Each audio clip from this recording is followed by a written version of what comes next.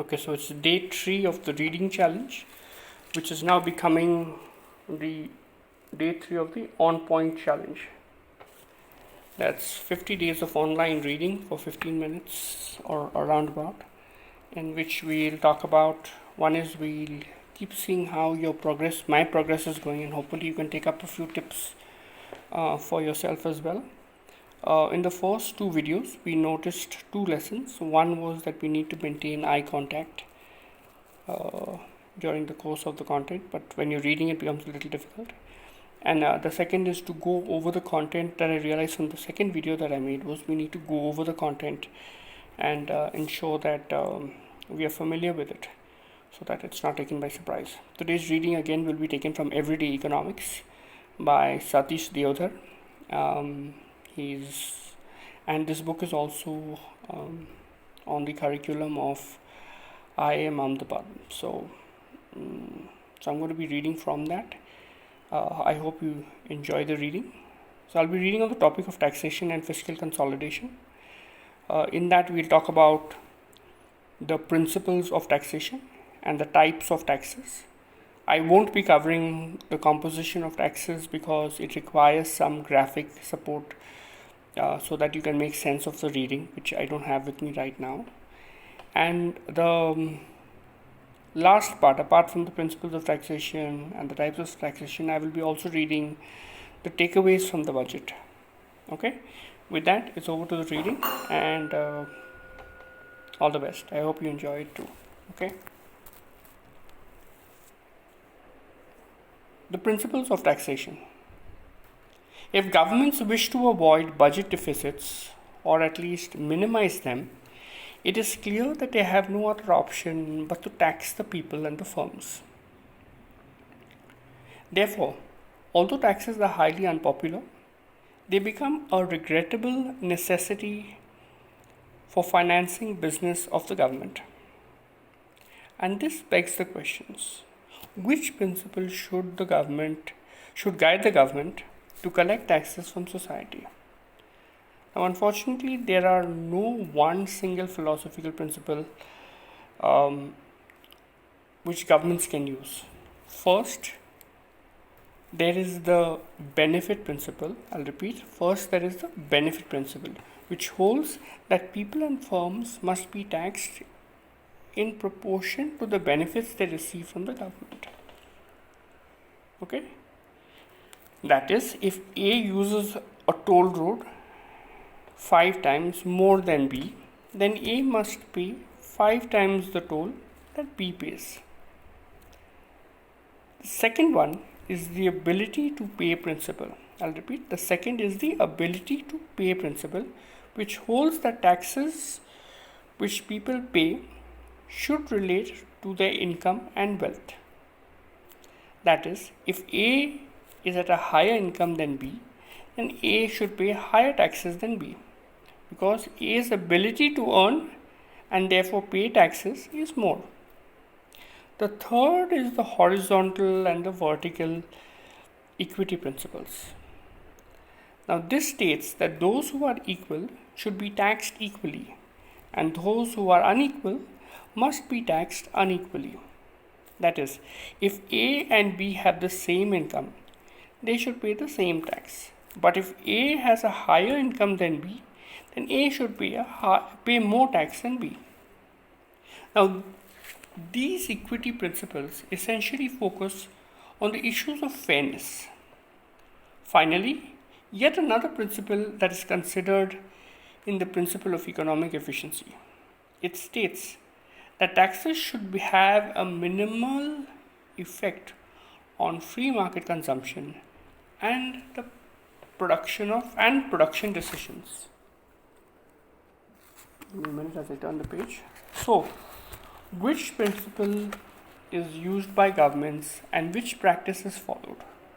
In reality, most governments make pragmatic compromises in taxation and apply a combination of principles: charging toll for an expressway, charging cess for water, and the collection of taxes from residents so that water and the charging of residents so that the local government can build paved roads are examples of the use of benefit principle. It is understood that the higher the income of wealth, the higher are the taxes collected by the government. This reflects the use of the ability to pay principle. The equity horizontal principle can be consistent with both the benefit principle and the ability to pay principle. When two individuals receive the same service for the use of the expressway, they pay the same tax, which is toll. Similarly, if two individuals have equal income, they pay equal taxes. On the other hand, the efficiency principle may be at odds with the equity principle. For example, consider essential commodities such as food. The demand for food is highly insensitive in price changes. For one cannot go without food.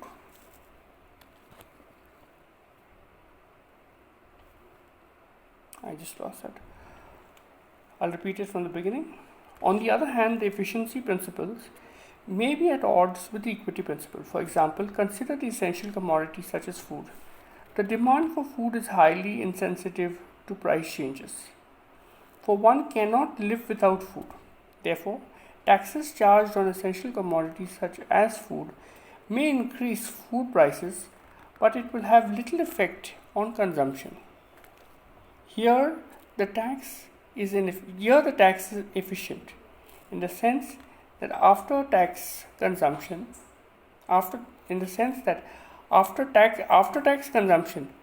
is not much different from what would have been before the imposition of tax. However, such tax on food does not maintain vertical equity, for both the rich and the poor would consume more or less the same amount of food and pay the same amount of tax, although their incomes would not be the same or would be quite different.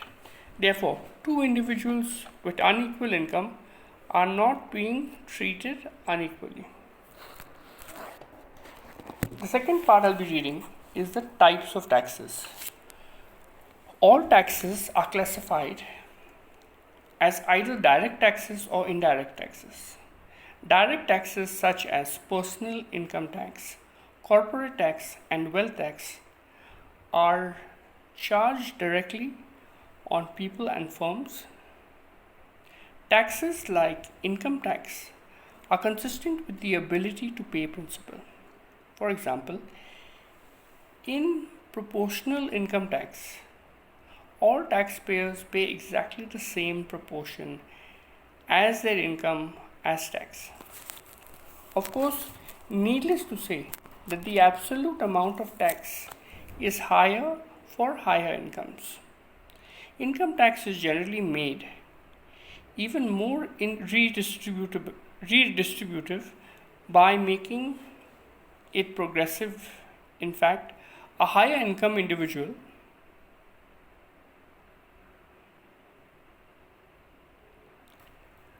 not only pays a higher amount of tax but also pays a higher proportion of income as tax.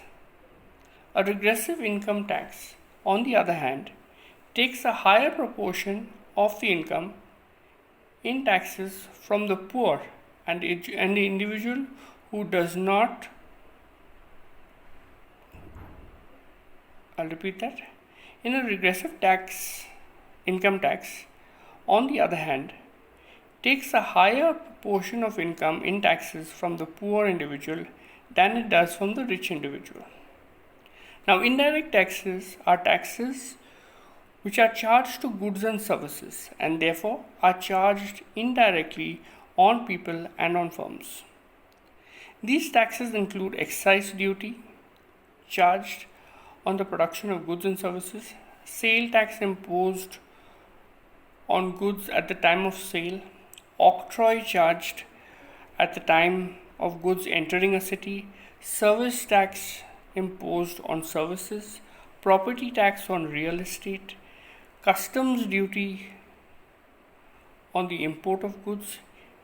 Indirect taxes are easier to levy and cannot are easier to levy and can and collect, since they can be charged at the point of sale, both at the retail and at a wholesale level. However, indirect taxes turn out to be regressive. For poor individuals generally end up paying larger proportions of their income as income taxes than the rich individual. Now I'll be moving to page 45 because I'll be avoiding the composition of taxes. Now, what are the takeaways from the budget? What are the takeaways from the preceding decision? Perhaps one cannot match the poetic expression for government expenses and taxations as enunciated by Kalidasa in the classical play Raghuvansha. Moreover, centuries I'll repeat that, okay, because I lost my thought in that. So perhaps one cannot match the poetic expression for government expenses and taxations as enunciated by Kalidasa in the classical play Raghuvansha. Moreover, centuries have passed and one cannot afford to maintain the same level of innocence that Kalidasa may have had in understanding fiscal matters. The preceding discussion of matters of government expenses, taxation, and deficits may alert one to watch the Union Budget speech for the Finance Minister on the last working day of February, and one must read and or watch the budget news and discussions out of both popular and academic interest. When the budget is presented and approved by Parliament, it is here that we see people who are doing it through our elective representatives.